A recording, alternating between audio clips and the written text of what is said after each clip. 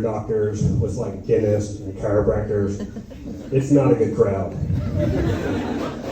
Nobody likes their dentist. Dentists have the highest suicide rate of any profession. And when surveyed, 9 out of 10 not dentists agree we're okay with that.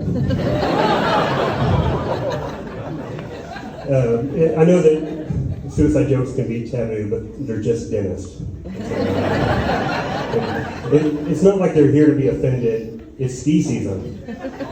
They're all in Vail, tearing their ACLs, being preyed upon by their only natural predator, the orthopedic surgeon. So, in chiropractors, that's even worse company, because they have a professional degree, but they got it at a strip mall. Their school library was down at the other end of the shopping center under a sign that said confusingly news, news, news. That's where they could go pick up a periodical to learn how to blow out a back. Yeah, didn't like that much. We're all above at least the lowest type of doctor, which is a PhD, where you're like, what are you a doctor for? And they're like, philosophy. Crap, I didn't even know philosophy was sick. Terrible news. All right, real quick, one exception to me not helping with human medical emergencies. If anybody here starts choking tonight, come find me wherever I am. I have successfully done the Heimlich twice. So 2 times, done it twice, most successfully. So you knew I was handsome, you didn't know I was a hero. Even if it doesn't work out for that person, don't worry about me, I'll be fine. 2 out of 3 is really good.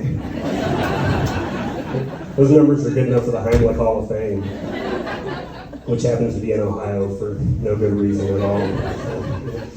The first person I saved was a new graduate veterinarian. She came to work for us, and we had a clinic party after hours, which sounds dirty, but it wasn't. And they were playing a game called Chubby Bunny, which, if you're not familiar with this game, it's where you shove as many marshmallows in your mouth as you can at a time and still try to talk. Yeah, I'm telling you, we're not bright.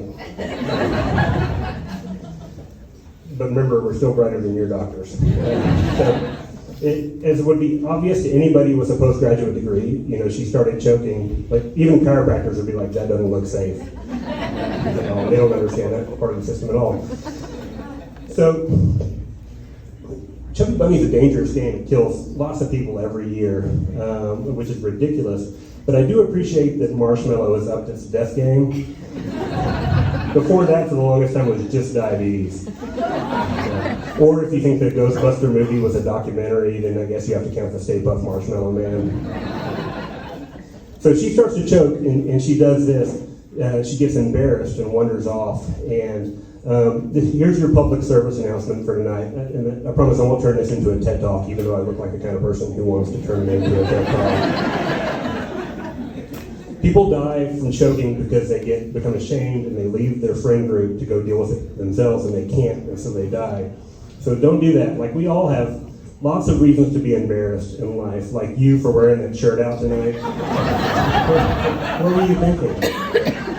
But choking is not one of them.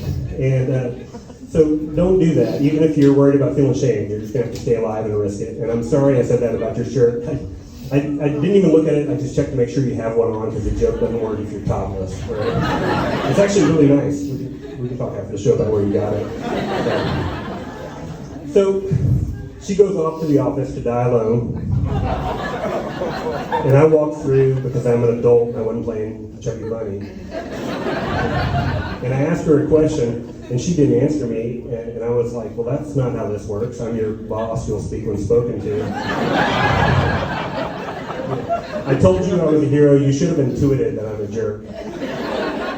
So then we played the world's fastest game of charades. I was like, 1 word, 2 syllables. I've got it. You're choking. And at this point, she was getting pretty ready to start breathing again.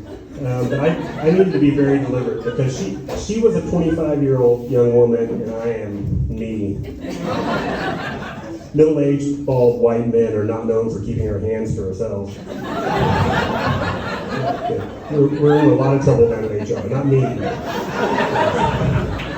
So she got up, I got behind her, I went very slow to to miss all the appropriate bits. And then I was like, this is okay, but I was like, this still feels really wrong. But then I thought of it and was like, all right.